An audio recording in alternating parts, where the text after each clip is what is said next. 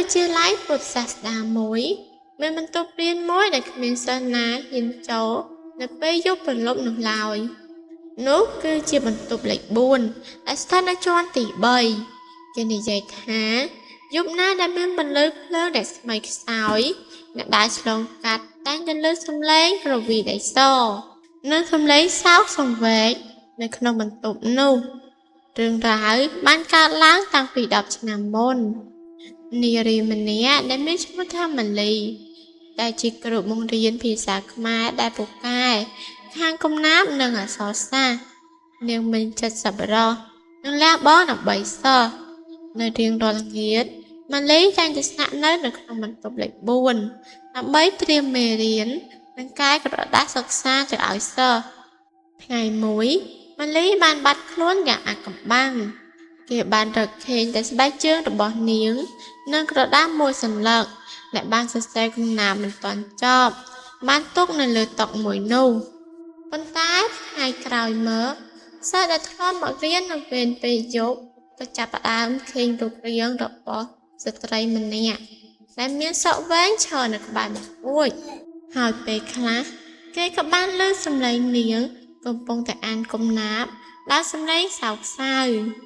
មានសិស្សថ្មីម្នាក់ដែលមានឈ្មោះថាសុខាមិនដែលជឿថាមានខ្មោចនោះទេនៅទីនោះគាត់បានសម្រេចចិត្តទៅស្នាក់នៅក្នុងបន្ទប់លេខ4តែម្នាក់ឯងនៅក្នុងពេលយប់ដើម្បីស្វែងរកការពិតនៅវេលាម៉ោង3ទៀបភ្លឺសុខាបានភ្ញាក់ឡើងដោយសារតែមានអារម្មណ៍ត្រជាក់ពេញតែខ្លួនគាត់បានឃើញស្ត្រីម្នាក់កំពុងតែអង្គុយនៅលើតុរបស់គ្រូកំពុងតែសរសេរអ្វីមួយទឹកមុខពោរពេញតែក្តីអស់សង្ឃឹមផ្ទុយពីការភ័យខ្លាចសុខាមានអារម្មណ៍អាណិតគាត់បាននិយាយយ៉ាងស្ងប់ស្ងាត់ថាលោកគ្រូខ្ញុំមកទីនេះដើម្បីជួយតើលោកគ្រូត្រូវការអ្វីព្រាយបានងាកមើលមុខឡើងផ្នែកពោរពេញទៅដោយទឹកភ្នែកនាងបានប្រាប់ទៅសុខាថានាងមិនទាន់អាចបញ្ចប់នៅកំណាព្យដែលនាងចង់ទុកជាមរតកដល់កូនសិស្សរបស់នាងនោះនៅឡើយទេនាងចង់បង្រៀនសិស្សឲ្យចេះស្រឡាញ់នៅភាសាខ្មែរនិងអក្សរសិល្ប៍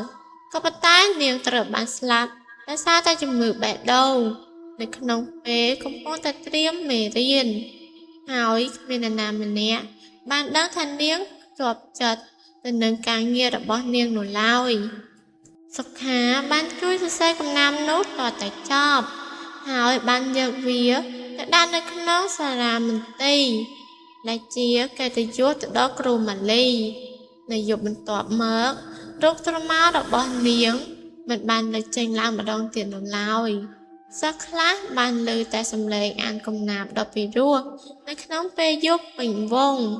ក៏ប៉ុន្តែមិនមាននរណាម្នាក់ដែលឮសំឡេងសោកសៅដូចពីមុននោះទេគឺពោរពេញទៅដោយក្តីសន្តិភាពនិងក្តីស្រឡាញ់ចំពោះវណ្ណៈគ្រូបង្រៀនក្រោយពីសុខាបានជួយសរសេរកំណាព្យរបស់គ្រូម៉ាលីឲ្យបានចប់ហើយបានយកទៅតម្កល់ទុកនៅសារមន្ទីរសាលារៀនភាពចលាចលទាំងអស់ក៏បានស្ងប់ស្ងាត់ទៅវិញនៅយប់បន្ទាប់សុខាបានត្រឡប់មកបន្ទប់លេខ4ម្ដងទៀត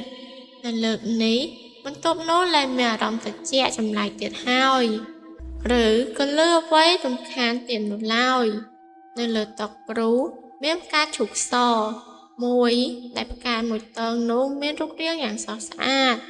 បើទោះបីជាគ្មាននរណាម្នាក់បានដាក់វាក៏ដោយនាយកសាលាបានរៀបចំពិធីរំលឹកគុណជាពិសេសរំលឹកទៅដល់អ្នកគ្រូម៉ាលីដែលជាផ្លូវការដោយមានការចូលរួមពីសិស្សានុសិស្សនិងលោកគ្រូអ្នកគ្រូទាំងអស់គ្នាកំណាព្យដែលនាងបានទុកចោលត្រូវបានគេយកមកសូត្រនៅក្នុងពិធីហើយគេបានដឹងថាវាគឺជាកំណាព្យដែលស្ដីអំពីសេចក្តីស្រឡាញ់ចំពោះភាសាខ្មែរនិងក្តីសង្ឃឹមដែលនាងចង់បន្សល់ទុកទៅឲ្យយុវជនជំនាន់ក្រោយចាប់តាំងពីថ្ងៃនោះមកសិស្សម្នាក់ៗមិនដែលឃើញរូបរបស់ស្រមោលរបស់នាងទៀតនោះឡើយបន្ទប់លេខ4ត្រូវបានគេបើកប្រើប្រាស់ ជាបន្ទប់សម្រាប់បង្រៀនភាសាខ្មែរនិងអក្សរសាស្ត្រជាពិសេសសិស្សដែលបានចូលទៅក្នុងបន្ទប់នោះតែងតែបានពិន្ទុល្អហើយគេនិយាយថាជាពរពីគ្រូម៉ាលីដែលគាត់បានយកចិត្តទុកដាក់ទៅដល់សិស្សមានតែយប់ខែពេញវងមួយតែប៉ុណ្ណោះដែលអ្នកយាមសាលាបានលើសំឡេងអានកំណាព្យយ៉ាងពិរោះចេញពីបន្ទប់នោះក៏ប៉ុន្តែវាមិនមែនជាសំឡេងសោកសៅដូចជាកាលពីមុននោះទេសំឡេងនោះបានពោរពេញទៅដោយក្តីស្រឡាញ់សេចក្តីសុខនិងសុវត្ថិភាពជាពិសេសគឺសន្តិភាពហើយបន្ទាប់ពីពិធីរំលឹកគុណគ្រូម៉ាលីត្រូវបានបញ្ចប់សាលាក៏បានត្រឡប់មកភាពស្ងប់ស្ងាត់ដូចដើមវិញបន្ទប់លេខ4ជាន់ទី3ត្រូវបានគេបើកប្រើប្រាស់ជាប្រចាំហើយក៏លែងមានហេតុការណ៍អ្វីដែលអាចកំបាំងបានកើតឡើងទៀតនោះដែរសុខាបានបន្តសិក្សាដោយជោគជ័យហើយក្រោយવર્កនាងក៏បានត្រឡប់មកបង្រៀននៅឯសាលានោះវិញនៅក្នុងបន្ទប់លេខ4ដោយគ្រូម៉ាលីដែលធ្លាប់បានបង្រៀនផងដែររឿងរ៉ាវទាំងអស់នេះបានក្លាយទៅជារឿងព្រេងនិទានដែលគេតែងតែនិយាយពីមាត់មួយទៅកាន់មាត់មួយជារៀងរាល់ឆ្នាំជាពិសេសនៅក្នុងពិធីបុណ្យរំលឹកគុណគ្រូដើម្បីរំលឹកទៅដល់អ្នកគ្រូលោកគ្រូដែលធ្លាប់បានលះបង់ដែលបង្រៀន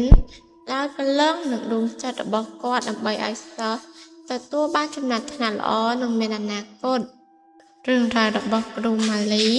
បានធ្វើឲ្យគេកោតសរសើរមិនដាច់ពីមាត់និងជាការគោរពទៅដល់លោកគ្រូអ្នកគ្រូផងដែរដូច្នេះយើងត្រូវតែរំលឹកដល់គុណគ្រូដែលធ្លាប់បានបង្រៀនយើងកុំរំលឹកគុណគាត់